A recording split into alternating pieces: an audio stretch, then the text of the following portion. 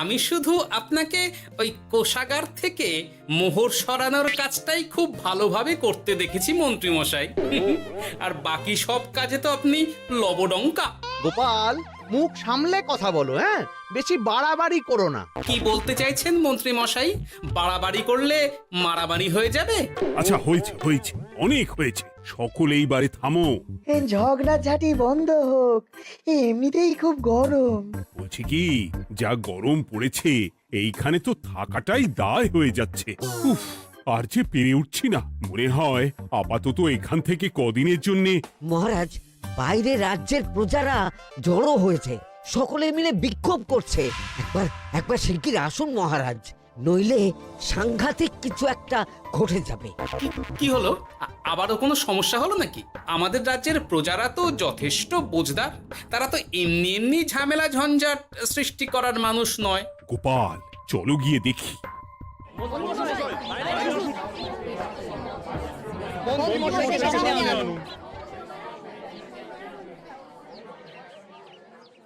কি ব্যাপার, তোমাদের কি সমস্যা হয়েছে? এইভাবে বিক্ষোভ করছো কেন? মহারাজ, মন্ত্রী মশাইকে সামনে আনুন, তারপর বলছি কি হয়েছে না হয়েছে। সেরেছে। আরে, আমাকে ডাকছে কেন? আচ্ছা, বলছি তোমরা একটু শান্ত হও। আমি বুঝতে পারছি তোমরা কিছু একটা কারণে খুবই অসন্তুষ্ট হয়েছো, তাই সেই জন্য বলছি আগে শান্ত হও, তারপর বলো মন্ত্রী মশাইকে কেন খুঁজছো, উনি কি করেছেন? গোপাল দাদা, তুমি তো জানোই রাজ্যে যা গরম পড়েছে, তার জন্য খাল বিল পুকুর নদী নালা একেবারে শুকিয়ে গেছে, চারিদিকে জলের হাহাকার। হ্যাঁ হ্যাঁ, সে তো জানি। গত সপ্তাহে এই সমস্যার কথা জানিয়ে মহারাজকে অনুরোধ করে গিয়েছিলাম যে রাজ্যের বাঁধটা যাতে খুলে দেওয়া হয়। কেন? আমি তো তোমাদের কথা রেখেছি। আমি তো দুদিন আগেই মন্ত্রীকে পর্যাপ্ত পরিমাণে মোহর দিয়ে বাঁধ খোলার কাজে পাঠিয়েছিলাম। কেন, উনি কি বাঁধ খোলেননি? সেইটা ওনাকেই জিজ্ঞাসা করুন। গত দুদিনে উনি তো বাঁধ খুলতে আসেনি, উপরন্তু আমরা ওনাকে ডাকতে গেলে উনি আমাদেরকে তাড়িয়ে দিয়েছেন। সে কি, এ তো ভারী অন্যায়। দুদিন ধরে অপেক্ষা করে আর না থাকতে পেরে আজকে আমরা এখানে এসেছি। এই অবস্থায় আমরা কি করব? যদি আমাদেরকে আমাদের রাজ্য সাহায্য না করে, তাহলে কোথায় যাব আমরা? ছি ছি ছি, আমি তো ভাবতেই পারছি না। মন্ত্রী, এই মন্ত্রী! মহারাজ, মন্ত্রী মশাইয়ের ব্যাপারটা পরে দেখে নিচ্ছি, আগে এদেরকে শান্ত করেই চলুন। মনে রাখবেন, প্রজারা একবার বিপক্ষে চলে গেলে কিন্তু খুব মুশকিল হয়ে যাবে। শোনো সকলে, তোমরা আজকের দিনটা একটু কষ্ট করো। আমি কথা দিচ্ছি, কাল সকাল হলেই বাঁধ খোলার ব্যবস্থা করব, ঠিক আছে? ঠিক কথা বলেছো তো গোপাল দাদা। দাদা বলে যখন ডাকো, তখন দেখো এই দাদা তার ভাইদের কিছুতেই নিরাশ করবে না। শুধু আজকের দিনটা একটু চেয়ে নিচ্ছি, ব্যাস। ঠিক আছে, আজকে আমরা চলে যাচ্ছি, কিন্তু কালকে কিছু না হলেই। কোনো কিন্তুরই জায়গায় নেই পুঁটির বাবা। আর তোমরা রাগ করো না। চিন্তা করো না, সকাল হলেই সাঙ্গ পাঙ্গ নিয়ে আমি বাঁধ খোলার কাজে নেমে যাব।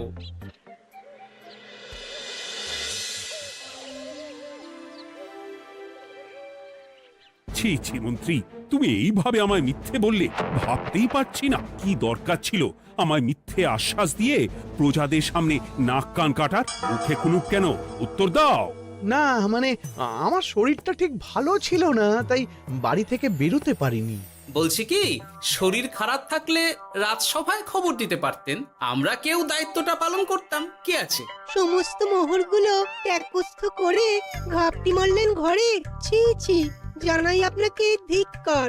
সকলে মিলে করো প্রতিবাদের চিৎকার। মন্ত্রী মশাই, ছি ছি ছি ছি ছি ছি। মহারাজ, আপনি এক্ষুনি মন্ত্রী মশাইকে কদিনের জন্য সভা থেকে বহিষ্কৃত করুন। সে তো করবই, তবে তার আগে আমি চাই কালকে যখন বাঁধ খুলতে তোমরা নামবে, তখন সেই কাজে কোনো লোক নিয়োগ না করে মন্ত্রীকেই বাঁধ খুলতে নামাবে। মহারাজ, এ কেমন বিচার আপনার? আমি না রাজ্যের মন্ত্রী। মন্ত্রী না ষড়যন্ত্রী। মন্ত্রী মশাই, তাহলে কালকের জন্য প্রস্তুত থাকুন। মহারাজের বাঁধ খোলার জন্য সকল মোহর তো আগেই আত্মসাৎ করেছেন, এবার শুধু কাজে নেমে পড়বেন, কেমন?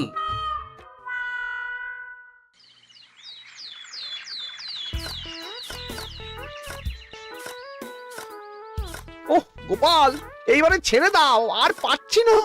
এত সহজে হাল ছাড়লে হবে বলুন? এই কে আছো? ওই শাবল কোদালগুলো দাও, আমি এদিকটায় খুঁচিয়ে দিই। সভাকবি, বিজ্ঞানী, এসো এসো এসো, হাত লাগাও। সবে মিলে করি কাজ, বাঁধ খোলা হবে আজ। বাঁধ খোলা হবে আজ, মন দিয়ে করো কাজ। একদম, হাত লাগাও, জোর লাগাও। গোপাল দাদা, সভাকবি, বিজ্ঞানী দাদা আর আর বাকি দাদা ভাইরা আসুন আসুন, সকলে একটু শরবত খান। আমাকেও একটু শরবত দাও। মোহরগুলো খেয়েও তৃষ্ণা মেটেনি বুঝি? হুম হুম। বাঁধ এক্ষুনি খুলবে, প্রজাদের সব জ্বালা জুড়োবে। বাঁধ খুলে গেছে। আমাকে বাঁচাও, আমাকে বাঁচাও। কোনো কোনো সময় ভুল করলে নিজেই সেই ভুল শুধরে আবার ফিরতে হয়। আপনিও তাই করুন মন্ত্রী মশাই, নিজে নিজেই উঠে আসুন। চলো সকলে। গোপাল, তুমি তোমার সাথীদের নিয়ে যা করলে সত্যি ভাবাই যায় না। মহারাজ, নিজেদের রাজ্যের সমস্যায় নিজেরাই কোমর বেঁধে নেমে সমস্যার সমাধান করেছি, পরিস্থিতি মোকাবিলা করেছি। এর জন্যে আপনি এমন করে বলবেন না। ওহ, তোমরা না থাকলে যে কি হতো। মহারাজ, আমরা আছি তো, এত ভাববেন না আপনি। আপনি বরং আমাদের সকলের জন্য কিছু খাবারের ব্যবস্থা করুন, খুব খিদে পেয়ে গেছে। হ্যাঁ, নিশ্চয়ই নিশ্চয়ই। তোমরা সকলে ভিতরে এসো, হাত পা ধুয়ে নাও। ততক্ষণে আমি রানীকে আহারের ব্যবস্থা করতে বলছি।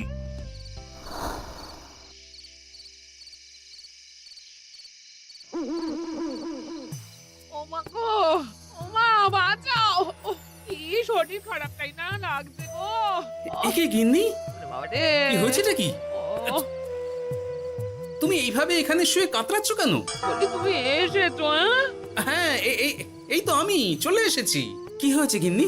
তোমার কোথায় কষ্ট হচ্ছে? গরমে হাঁসফাঁস করছি গো, পারছি না। রান্না করতে গিয়ে খুব বাজে অবস্থা হয়ে গেছে গো, এই থেকে এইখানে পড়ে পড়ে গড়াচ্ছি। ওহ, ঠিক আছে, আজ আর রান্না করতে হবে না গিন্নি, আমি রাজবাড়ি থেকে খেয়ে এসেছি। বাহ, নিজে খেয়ে এসেছো বলে আর রান্না করতে হবে না বলে দিলে, হ্যাঁ? এদিকে রাত্রে আমি খাবো কি সে খেয়াল আছে? হ্যাঁ হ্যাঁ, খেয়াল আছে, খেয়াল আছে। যাও, আমার জন্য রান্না চাপাও আর একটু জল দাও। দেখো, এত গরম পড়ে কৃষ্ণনগরের অবস্থা শোচনীয় হয়ে গেছে। বয়স্ক লোকেরা কোনো কাজই করতে পারছে না। সত্যি তো, এই গরমে রান্না করাটা খুবই কঠিন গিন্নি। কি বললে? আমি বয়স্ক লোক? আমার বয়স হয়ে গেছে, তাহলে নিজে কি? হ্যাঁ, এই না না গিন্নি, আমি তোমায় কিছু বলিনি। আমি গোটা কৃষ্ণনগরের সাধারণ বয়স্কাদের উদ্দেশ্যেই কথাটা বললাম। তোমার তো বয়স হয়েছে বলে মনেই হয় না গিন্নি। ও তাই বলো?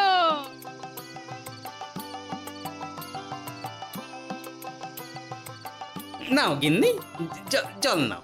আজ না হয় আমি রান্না করব। হে ভগবান, মুখের একটু লাগাম দাও। এইভাবে যখন তখন সত্যি কথা বলিও না।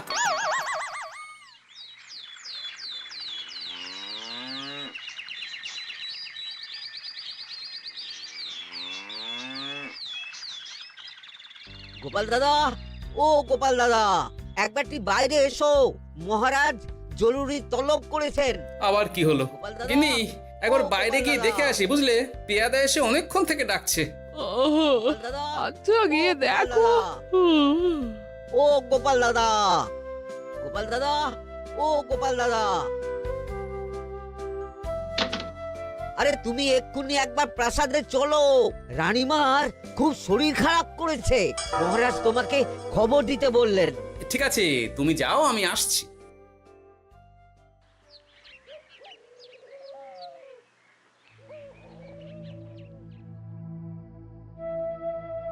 গোপাল, কি হবে বলো তো?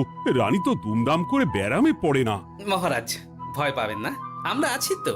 বৈদ্যকে পরীক্ষা করতে দিন, দেখি সে কি বলে।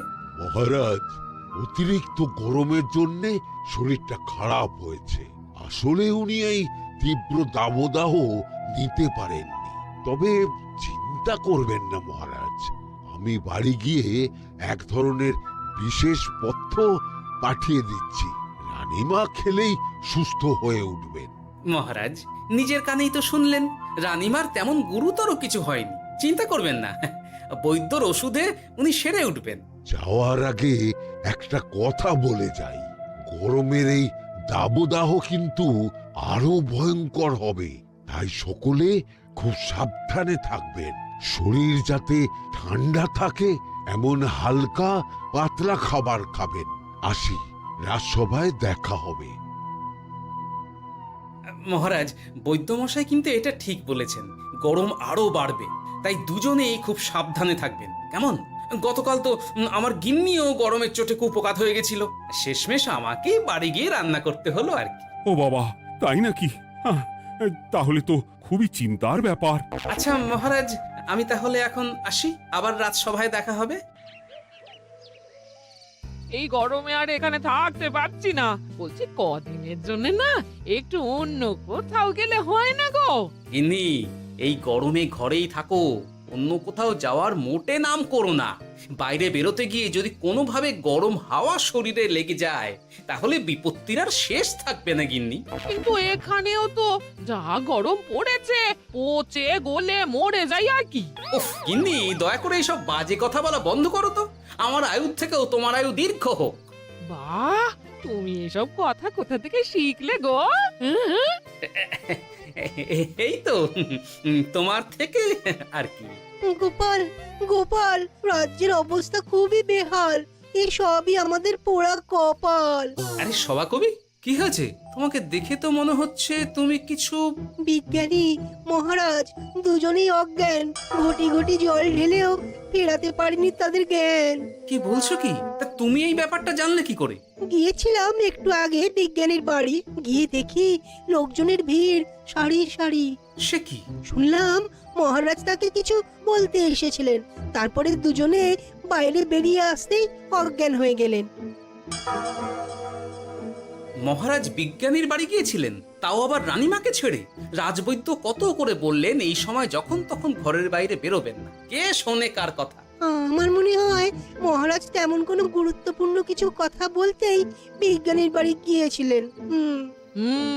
গরম কমানোর উপায় আলোচনা করতে হয় তো গিয়েছিলেন। আমাদের মহারাজ তো নিজের চোখেই দেখেছেন এই তীব্র গরমের চোটে রাজ্যের কি অবস্থা, কি অবস্থা। ঠিক বলেছো গিন্নি, আমার এই কথাটা তো মাথাতেই আসেনি। ধন্যবাদ গিন্নি, অসংখ্য ধন্যবাদ তোমায়। আমায় পরে ধন্যবাদ জানিও। হ্যাঁ, এখন আর দেরি না করে বৈদ্য মশাইকে সঙ্গে নিয়ে বিজ্ঞানী মশাইয়ের বাড়ি যাও। হ্যাঁ,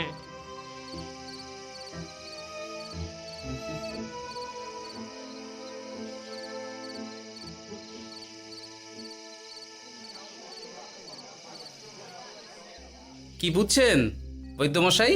খুব একটা ভালো কিছু বুঝছি না গোপাল।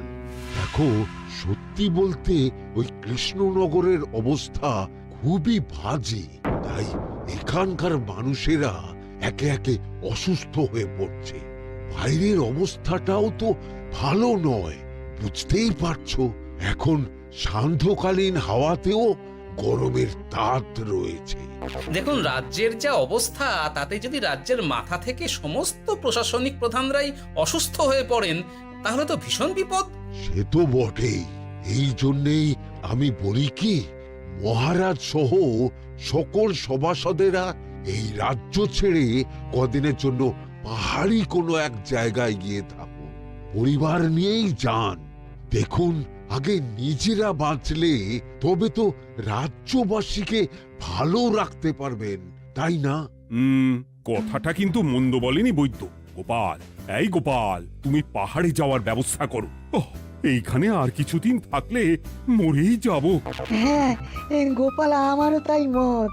এক্ষুনি যা শরীরে ক্লান্তি এসেছে, আর কদিন এইখানে থাকলে মরেই যাব। মহারাজের অনুরোধে গরম কমানোর কোনো ব্যবস্থাও তো করতে পারলাম না, বাইরে বেরোনো মাত্রই দুজনে মূর্ছা গেলাম। বাবা, ঠিক আছে, বুঝেছি।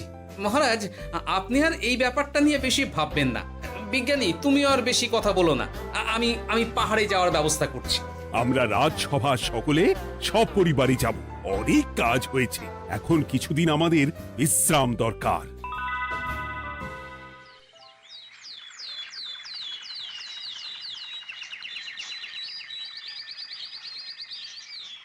এ কি গোপাল, মন্ত্রীকেও তুমি আমাদের সঙ্গে নিয়ে যাচ্ছ? আহ, তুমি কি সব ভুলে গেছো? মহারাজ, আপনি খামোখা উত্তেজিত হবেন না। আপনার শরীরটা কিন্তু ভালো নেই। আর মহারাজ, আপনার রাজ্যে বাস করে আপনার থেকেই শিখেছি বিপদের দিনে পরম শত্রুকেও দূরে ঠেলতে নেই। গোপাল এটা ঠিক কথাই বলেছে। যতই হোক, উনি তো আমাদের মন্ত্রী, তাই এই বিপদের দিনে ওনাকে ফেলে যায় কি করে বলুন তো? সত্যি গোপাল, তোমার তুলনা নেই। ঠং, সবই নাম কেনার চেষ্টা। গোপাল, চলো এইবারে রওনা দিই। বলছি, খাবার দাবার আর জলের কলসিগুলো উঠেছ তো? হ্যাঁ, খাবারের পাত্রগুলো আপনার জিম্মায় থাকবে, আর জলের কলসিগুলো আমি সামলাবো।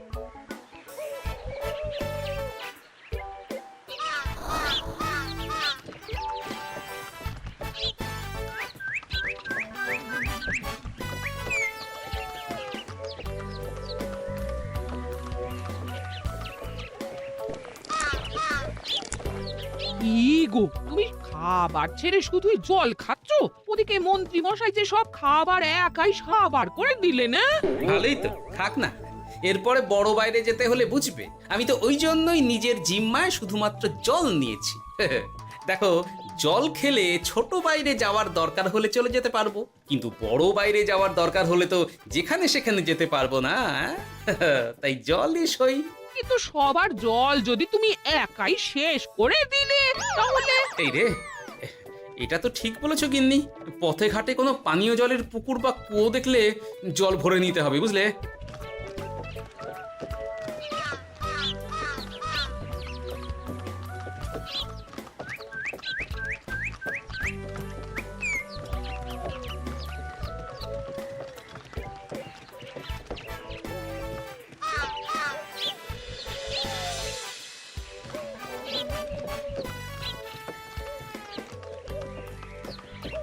সকলে আসুন, দেখুন দেখুন, মহারাজ আবার মূর্ছা গিয়েছেন।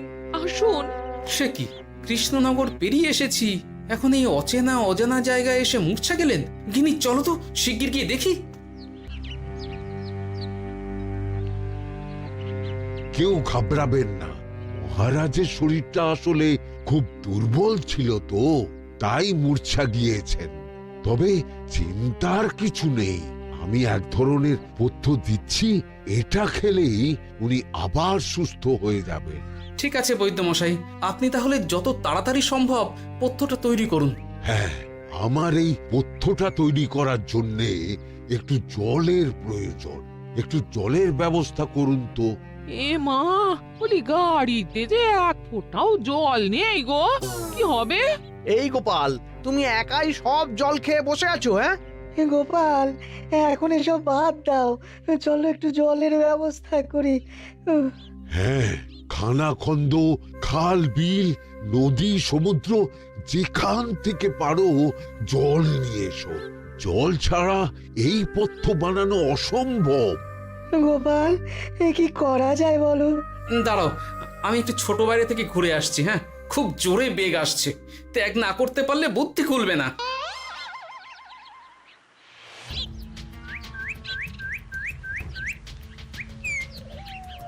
ওদিকে একটা পাত কুয়ো দেখতে পাচ্ছি মনে হচ্ছে।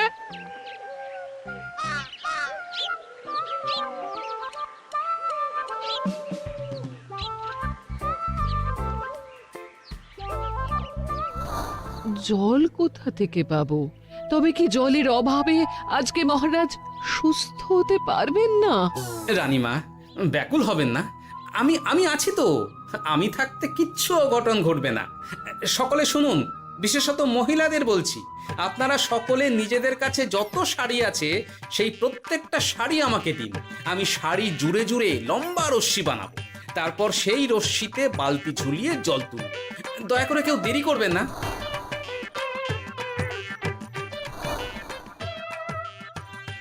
এই নাও আমার 5খানা শাড়ি। হ্যাঁ, এই নাও আমার 10খানা শাড়ি।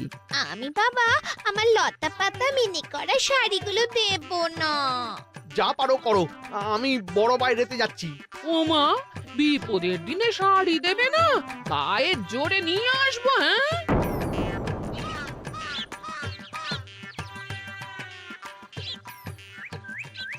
এ বাবা, এখনো কিছুটা কাপড় লাগবে তো। যা গভীর পাতকুয়া, সবার সব শাড়ি তো কাজে লাগিয়ে দিয়েছি, এখন কি হবে? আরে ওই তো কার একটা ঝোপের কাছে ধুতি পড়ে রয়েছে, যাই ওইটাই নিয়ে নি। এই গোপাল গোপাল, আরে করো কি, ওটা তো আমার ধুতি। আরে আরে আমি এই ঝোপে বড় বাইরের জন্য এসেছি। আরে মন্ত্রী মশাই, বড় বাইরে করার সময় অযথা অন্যদিকে মন দেবেন না, তাহলে পেট সাফা হবে না।